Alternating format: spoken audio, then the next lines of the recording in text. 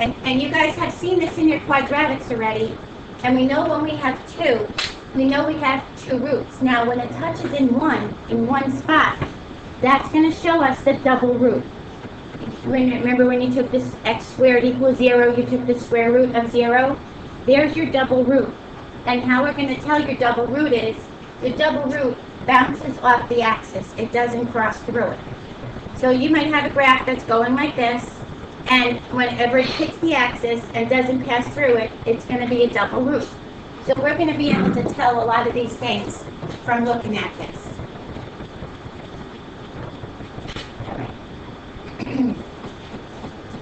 Your leading coefficient, that's your A, and we did this with your quadratics, is how we tell how the ends behave, whether they go up or down, whether they go left to right. That's when it's positive and negative. So I gave you guys the same setup that I have up here. So if n is odd, remember that goes in the opposite direction. These are going opposites. If A is positive, it falls to the left, rises to the right. If n is odd and A is negative, then it does the opposite. It rises to the left, it falls to the right. These are your n behaviors. By the end of this semester, by the end of the year, we're going to be looking at limits. And limits look at your n behaviors as you approach different numbers. So that's really a calculus concept when we talk about your n behaviors. We do a lot with your n behaviors in here. If n is even, 2, 4, 6, your exponent is even, and A is positive, they both go up. If it's negative, they both go down. Now, any of these, the even ones, will behave the same. And we saw a couple with a 4 in there. We saw a couple with 4. And 4s were making W's, and sometimes 4 made what it looked like a quadratic, and you weren't sure what to do with it. They all behave the same. Any of the evens. So we're going to take a look at how to graph this polynomial. We're going to learn a lot about this particular polynomial. Jonathan, is that a calculator? Yeah. All right. So first of all, we look at the exponent. It's even. So the ends are going to follow the same path. They're either going to go up or they're going to go down. A is this guy right here in front, and A is positive.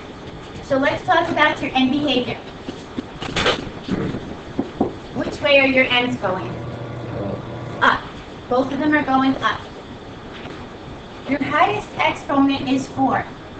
We should have 4 roots, 4 zeros to this equation. The difference between your real zeros and all zeros, real zeros cross the x-axis. The non-real zeros, those are your imaginary ones, the ones that don't reach the x-axis. We could have a graph that goes like this, has real zeros and then has imaginary zeros as well. These are your reals, up here is your imaginaries. And we'll look at ways to see how many times they turn. And here's our rule of thumb. Your exponent is 4. You have 4 roots. And minus 1, which is 3, you have 3 terms. 3 minus 1 is 2. You have 2 inflection points. That's inflection points. We'll talk about inflection points. You probably haven't seen inflection points yet. So yeah, that's how we start. 4 roots, minus 1, 3 turns, minus 1, 2 inflection points. They all follow the same thing. So we're going to start with your real zeros because that's the easiest way for us to learn to see where our graph is going. So we're going to take this, and this is your y. We're going to We're going to set your y to 0.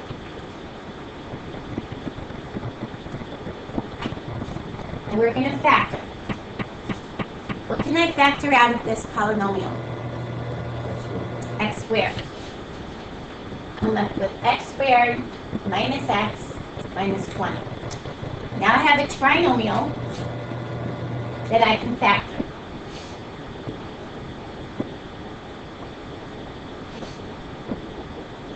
So one's a plus, one's a minus. Factors of 20, that the difference gives me 1. X minus 4, x minus 5, x plus 4. I want the higher one to be negative. Alright, now we set these to 0, just like we've always done. It doesn't matter what the highest exponent is, the process all works the same.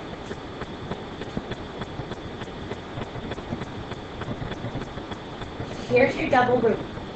When you take the square root of 0, you get plus or minus 0. There is no plus or minus 0, it's just 0. So that's the double root. That's the root that's going to bounce off the axis. This is your double root. And x is equal to negative 4, and x is equal to 5. We're going to see if we can sketch this. So we're going to mark off where our zeros are. Negative 4, 5, and 0. It's got to bounce off the 0. The end behaviors are going which way? Up. So these guys are going up.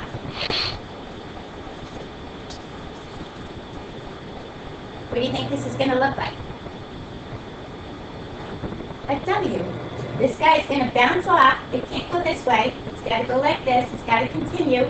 Bounce off and down. Now, these are not symmetric. The negative 4 and the 5 are not symmetric. So probably these are not symmetric. One's going to be deeper than the other. But we have kind of an inclination of what this is going to look like. These are our zeros. 4 zeros because the double counts as 2. Now, when we count this, here's your turn. 1, 2, 3 turns. And here's your inflection point. An inflection point is this. This guy's turning up right here. This is a concave, we call it a concave up. It makes an upward motion like this.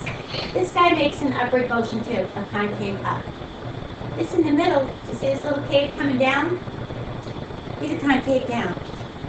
An inflection point says somewhere between going up and going down, you have a turning point. So as I go to turn up, about halfway, I say turn down. Halfway, I say turn up. These little halfway marks, of A and B, these are your inflection points.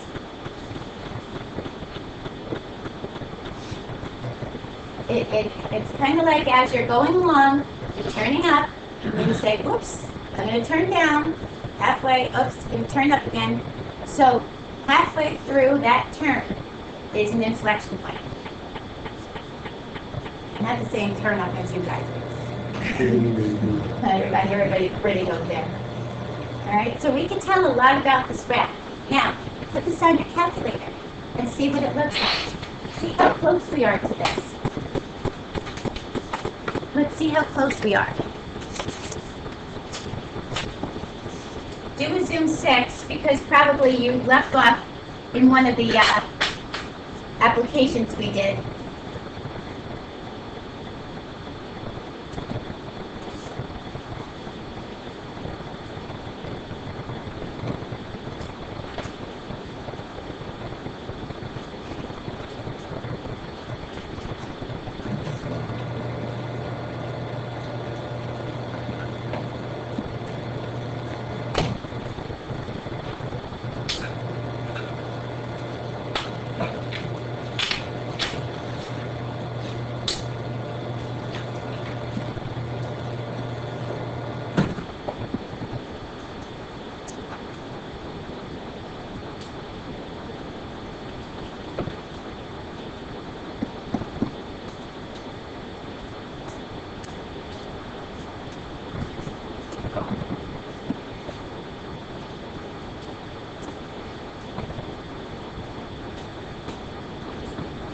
This takes me so long to do. My board just does not cooperate.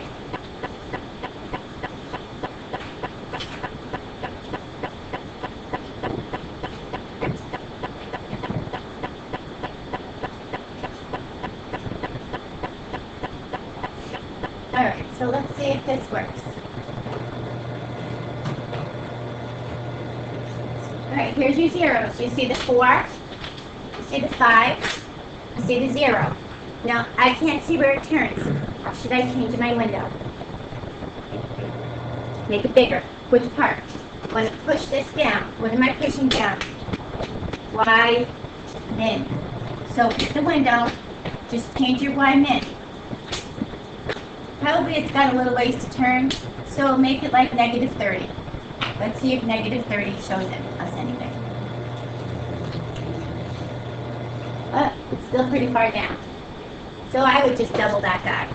Make it like negative 60.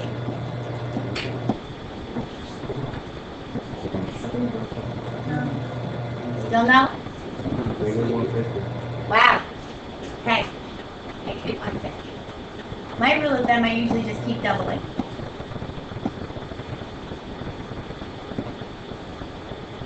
So it fit our sketch though. We didn't know where it was going, but it did fit our sketch.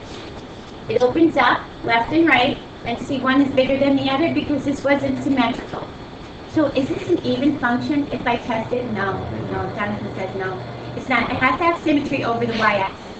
If they're the same, then they would work. I wasn't picking on you. I said that was good. I spotted it. That was good. Remember what your symmetry is. Symmetry over the y-axis gives you even. Symmetry through the origin gives you odd. So just by visualizing your graph, you can see if it's an even or an odd function. That's another thing we tell about these. So we can spot your zeros, and we know that they go up. So we're pretty good with this. Now, to do your increasing, decreasing, you need your minimums here. Okay? You need your minimums. You need to be a decreasing, then an increasing, then a decreasing, then an increasing. Same as you did with your quadratics, right? Then we do concavity. Now, concavity is where we're turning like this. Where it's like concavity has the word cave. Where it makes a cave, something round like this. If it concaves this way, it concaves down. If it concaves this way, it concaves up. You probably learned concave and convex when you did science anything, no? Contours in science. Convex and concaves and lenses at all? Like in microscopes, no? Okay. So we concave up, we concave up, we concave down. And halfway through, we have an inflection point. We'll do those on the next one. This one I just want you to get used to seeing the zeros and everything else. Now, domain and range follow the same way. What's your domain? Negative infinity to positive infinity. All real numbers, they go up at the end. They're all real numbers. Your range, we would have to find your minimum point. We have to find your absolute minimum point. You'll have an absolute and you'll have a relative minimum. We keep the same kind of things as we did before. Okay, so we can tell a lot about your graph. All right, let's try this guy. We're going to sketch and describe it completely. It has the highest exponent is a 3. And A is positive. So which way do my ends behave? Down on the left, up on the right. Good. You don't get any more technical than that. Down on the left, up on the right. That's how technical we get. If it was negative, it would be reversed. We kind of keep it simple to explain. How many zeros do I have? 3 zeros. That's same as my highest exponent. 3 minus 1, I have 2 turning points, 2 turns. 2 minus 1, I have 1 inflection point. So there's a lot I can tell about my graph before I start. So let's find your zeros. In order for you to sketch, the zeros are what's important. So we're going to set y equal to 0. This tells us where our x-intercepts are. These are our zeros, our solutions.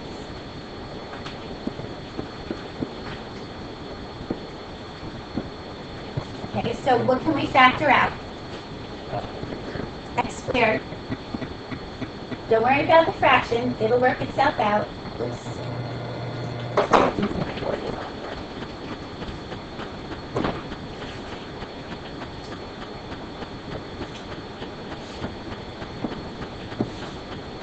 So x squared is equal to 0. Which is 12. Double root, good. This is giving us a double root. It's going to bounce off the axis. This helps us graph it, guys, because we know that it's not going to come through, it's going to bounce off. And x is equal to 3/2. So we have that 3/2 and at the 0. Oops, that's closest to 0, actually. Now, my ends are behaving down on the left, up on the right. And through the 0, that's going through the 0. My pen's just off. That's through the 0. I'm just off on my pen, as usual. Maybe this side, I think this side always works a little bit better.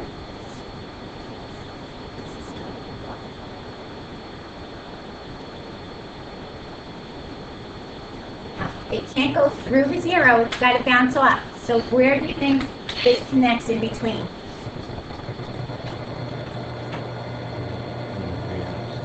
Between here and here, between the 0 and the 3/2, where do you think happens to it? It goes down. Good, it can't go through, it's going to go down and come up. So I'm going to get a graph that's going to go like this. That's going through the 0. It's just my pen is really off on this. It can't cross the axis on the double root. It's going to bounce off and come through. Okay, so let's sketch this and see if, let's put it in your calc and see if it looks like that.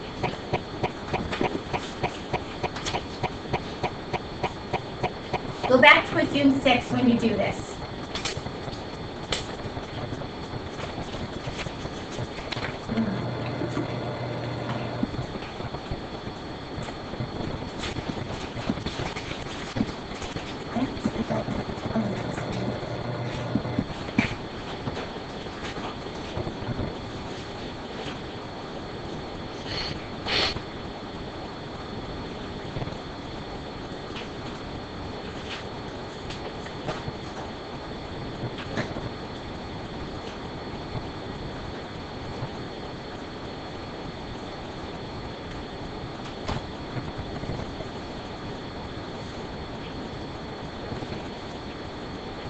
See it go through? You can barely see that. So let's change your window so we can see what's happening right there. So this is what I want you to think about. I want to see this little section in here. I really can't tell what's happening there. The calculators don't, mine especially does not do a great job. So I want to change my window. I can change my x and my y at the same time. All I'm going to do is shrink them down. Make your window go -4 to +4 for both of them. Just let's look a little closer in that section. I know a lot of you are not as comfortable changing your windows, but you'll get used to them. We don't zoom. It's far easier just to change your window. The zoom always isn't going to help us when we're doing those max and mins there. So you can see it bounced off, it turned slightly, and there's the 1, there's the 2, there's the 3/2 that's coming through. Our end behaviors, we've got 1 turn, 2 turn, and right here is our inflection point. What I want you to do is find your minimum right there. We know your maximum is at a 0, 0. Find your minimum. We need to know your min point.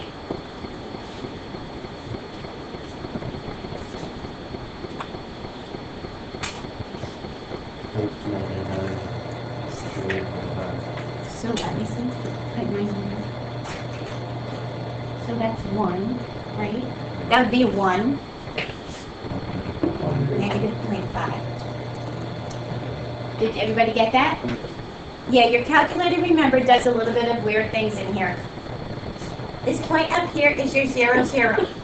Now, let's talk about what's happening in this inflection point. Let's talk about your increasing. Where's increasing? From where to where? Negative infinity to 0. And where else?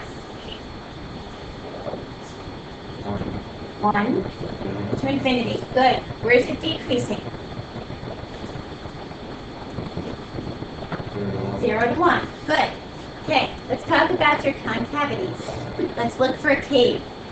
Let me change this color. Here's your cave. Here's the concave down, like this. So it's going to concave down, and then all of a sudden it's going to change its path, and it's going to concave up. So right in between here, it changes its mind, halfway through. That's called an inflection point. I'm going to label it point A.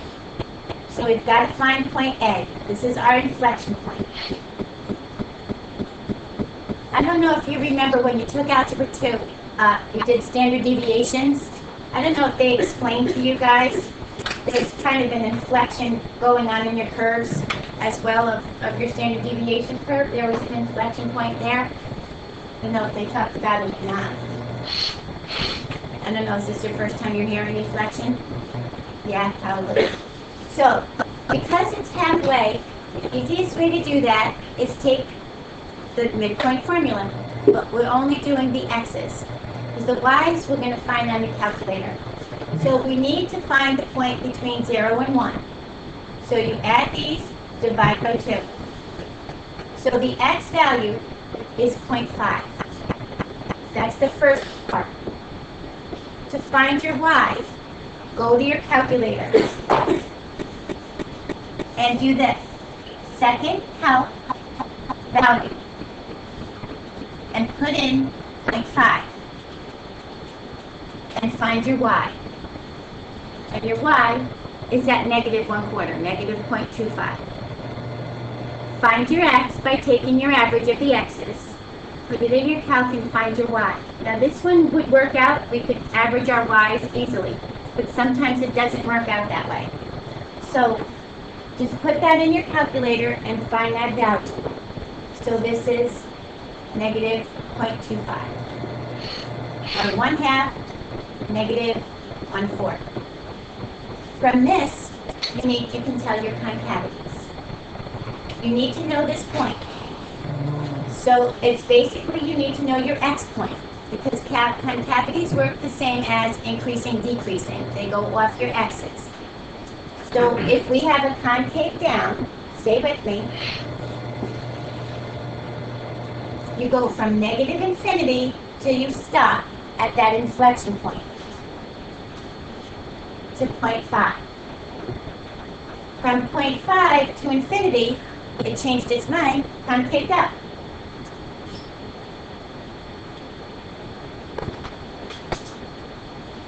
Okay? Make sense?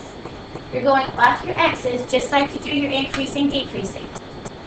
You just need to find that midpoint where it changes. And a nice way to figure out an inflection point is when you look at your concave down, and then you see your concave up, because they overlapped on that side, right? They're sharing that side. So to share it, they're going to share it halfway. Think of it like that. You're going to share something, you want half of something. So that gives us an inflection point, and it gives us our concavity. So we knew where our graph was going based on our zeros, based on our end behaviors. We were able to find your zeros algebraically. We were able to plot them, take a look at what our curve was going to be. We could find our minimum point, but we'll use our calculator to find our min, and we'll find our inflection point, and we'll use our calc to find the y part of it. Make sense? Okay? It's just a little bit more to talk about for your graphs.